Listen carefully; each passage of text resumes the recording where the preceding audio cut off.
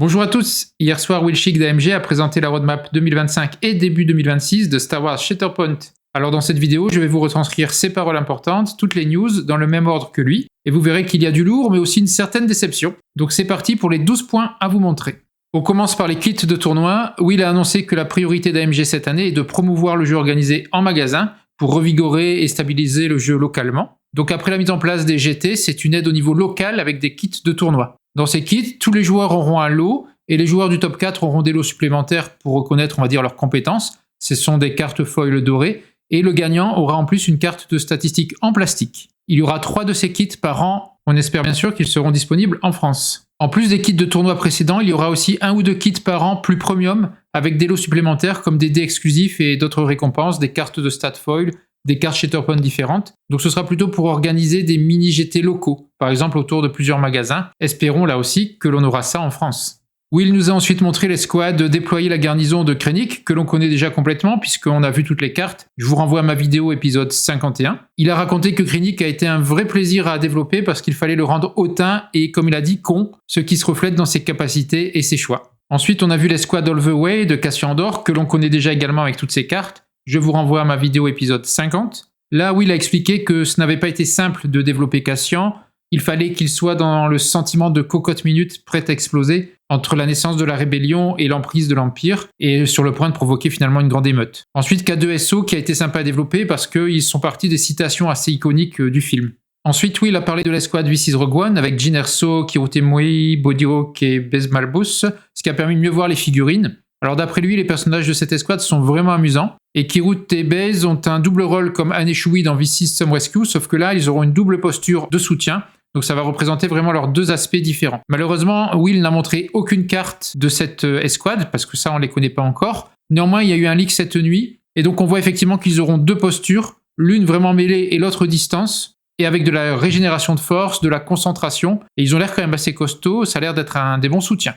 Ensuite, première véritable nouveauté de cette conférence, dans le thème d'Andorre, Will a présenté le nouveau pack de terrain qui sera compatible avec Légion et accompagné de son petit animal habituel, iconique des terrains. Et je vous montre aussi une photo qui a été prise à l'Adepticon de ce terrain en peinture.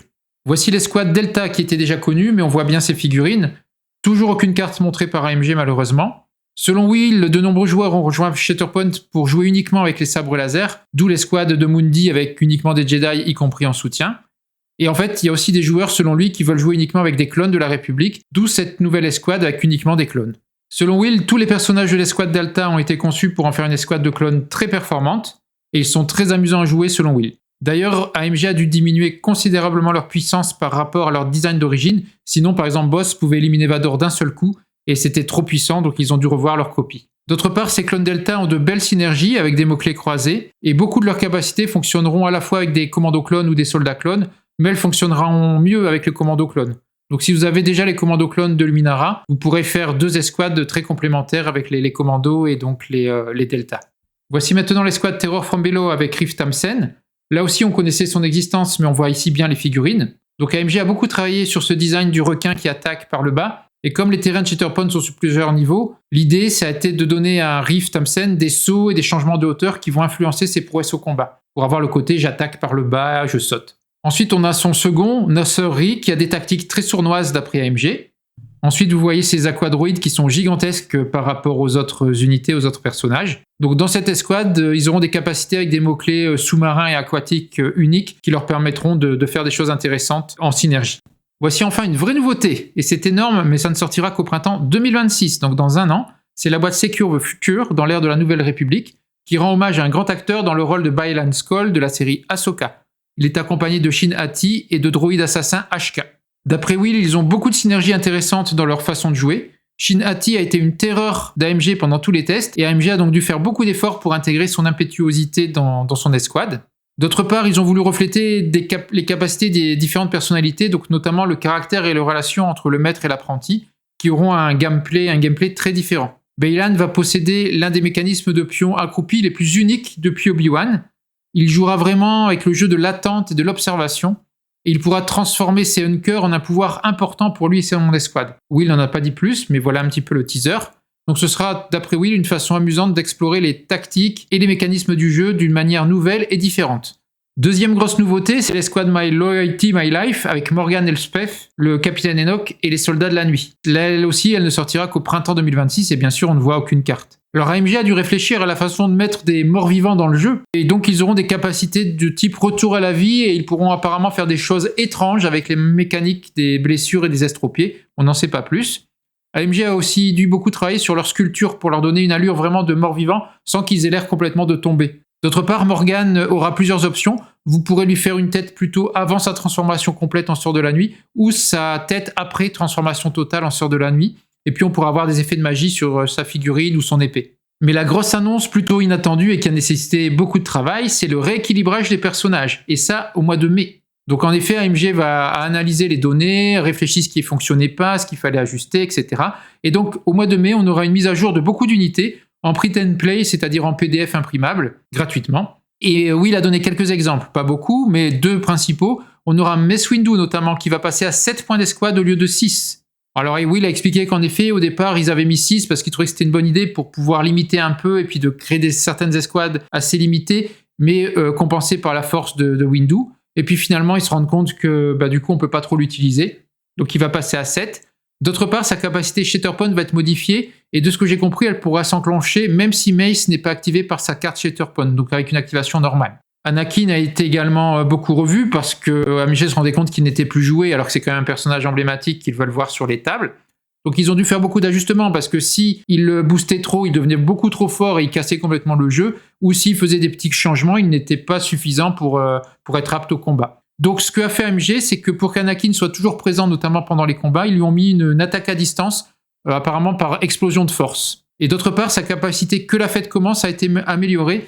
Mais là, j'ai pas bien compris, parce que moi, je pensais qu'ils parlaient de sa double attaque, mais a priori, ils ont parlé que la fête commence, donc je ne sais pas trop ce qu'ils ont fait. On aura des améliorations d'autres personnages, donc les Inquisiteurs, comme les 3e et la 4e sœur, Ahsoka, et bien d'autres encore, notamment les clones de la 501e, pour essayer de les faire revenir un petit peu dans le jeu. Inversement, Will a évoqué une unité qui sera moins forte après la mise à jour de mai, c'est Vador, le chasseur de Jedi.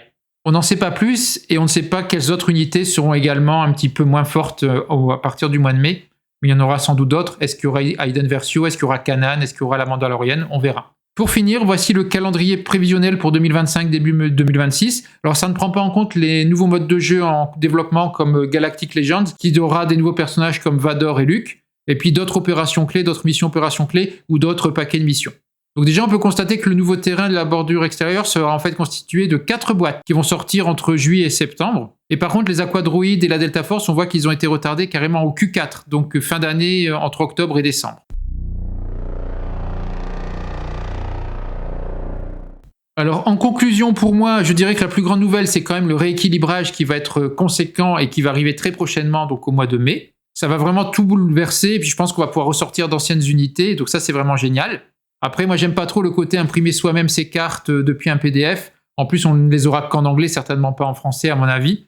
J'aime bien avoir la carte d'origine, mais a priori, il n'est pas prévu qu'ils sortent des cartes physiquement corrigées. Ça, c'est moins sympa. Ensuite, les 2 grosses surprises, ce sont les escouades de Baylan et de Morgan, qui sont a priori géniales. Mais là, on parle du printemps 2026, donc c'est quand même dans plus d'un an, enfin dans un an.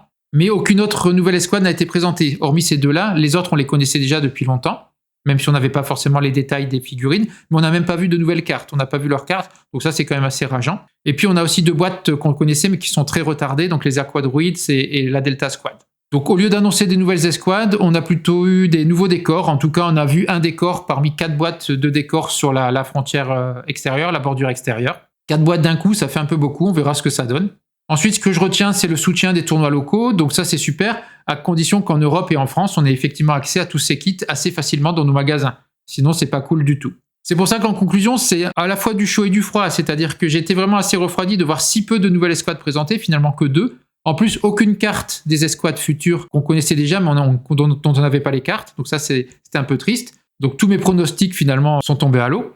Par contre, le rééquilibrage, ça c'est une super nouvelle, et c'est vrai que ça a dû leur prendre beaucoup de temps, beaucoup de travail, donc finalement, faire un rééquilibrage avant de sortir plein de nouvelles unités, pourquoi pas? Donc c'est finalement quand même une bonne surprise. Et puis, nous ne sommes pas à l'abri d'une surprise, notamment vers le 4 mai, la journée Star Wars. L'année dernière, on avait eu la belle surprise avec Leia, Han Solo, etc. Peut-être qu'on en aura une aussi cette année. Et puis en attendant, on sait qu'on aura la ministre Gaza de juillet, donc c'est une nouvelle conférence propre à AMG. Souvent là, on voit pas mal aussi de nouveautés, puis de nouvelles cartes, de dévoilement de pas mal de cartes. Donc j'ai envie de dire vivement le mois de mai pour ce rééquilibrage qui va nous faire peut-être ressortir des unités qui étaient un petit peu oubliées. Et puis à très bientôt sur la chaîne, pensez à vous abonner.